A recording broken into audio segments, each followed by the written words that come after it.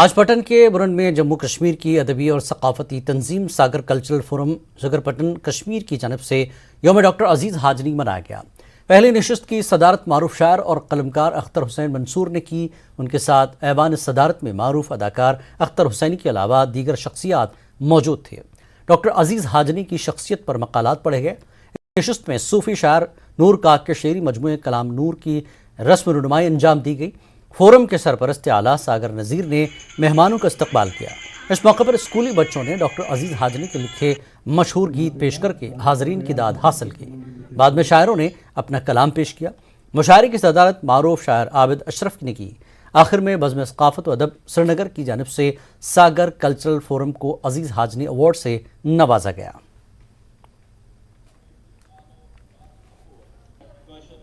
اس کی پروگرام مقصد آج یمے گامک اک بسکندر یمس نور کاک ناو نور محمد گنائی صاحب شعر سمرن یت ناو کلام آج یہ اجرا کریں ات مہر تلن یہ گام والا مر مند گام یم گامک لوک محبت ست پرت آج ڈاکٹر عزیز حاجنی صبن دہ منانے خاطر یت جمع گمت آج آو ڈاکٹر عزیز حاجنی صاحب آو یاد کرنے تمس پہ آئی پیپر پڑھنے تمس پہ سپز کت تاز ڈاکٹر عزیز حاجنی صاحب ادبک آفتاب۔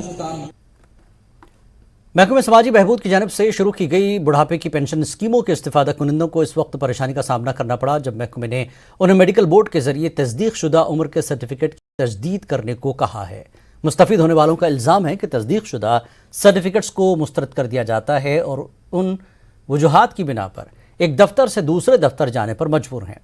گاندربل کے BDO آفس کے احاطے میں شدید سردی کے بیچ معمر شہریوں کی لمبی قطاریں ہیں جن میں خواتین اور خصوصی طور پر معذور افراد بھی پریشان ہیں۔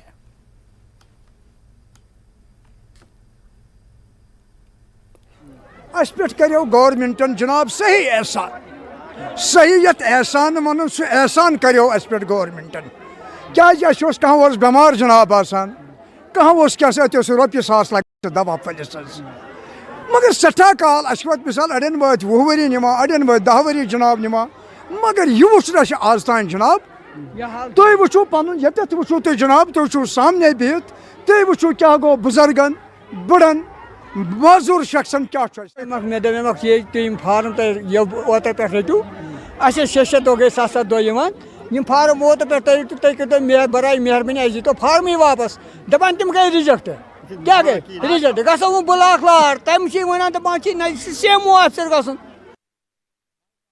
پرائڈ پروگرام کے تحت میونسپل کونسل اننت ناگ کے زیر اہتمام ایک پریس کانفرنس منعقد کی گئی۔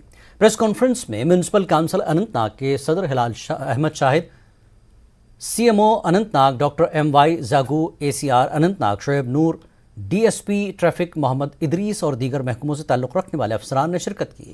افسران نے جن ابھیان کے تحت اننت ناگ میں قائم کیے گئے 11 مراکز میں لوگوں کے لیے مختص سہولتوں کا تذکرہ کیا۔ لوگوں سے ان مراکز کا فائدہ اٹھانے کی اپیل کی گئی۔ مختلف فلاحی اور روزگار اسکیموں کی جانکاری دی گئی۔ مائی ٹاؤن مائی پرائڈ جو چل رہا ہے جس کا 28 نومبر سے 4 دسمبر تک جو ہے جن ابھیان کے تحت ہم نے میونسپل کونسل اننت ناگ کے 11 سینٹرز ڈالے ہوئے ہیں جہاں پر صبح 10 بجے سے 4 بجے تک کے سارے موقع میں اویلیبل رہتے ہیں، جو لوگوں کو وہاں پر اویئر کرتے ہیں کہ سینٹرل اسپانسرڈ اسکیمز کون سی ہے۔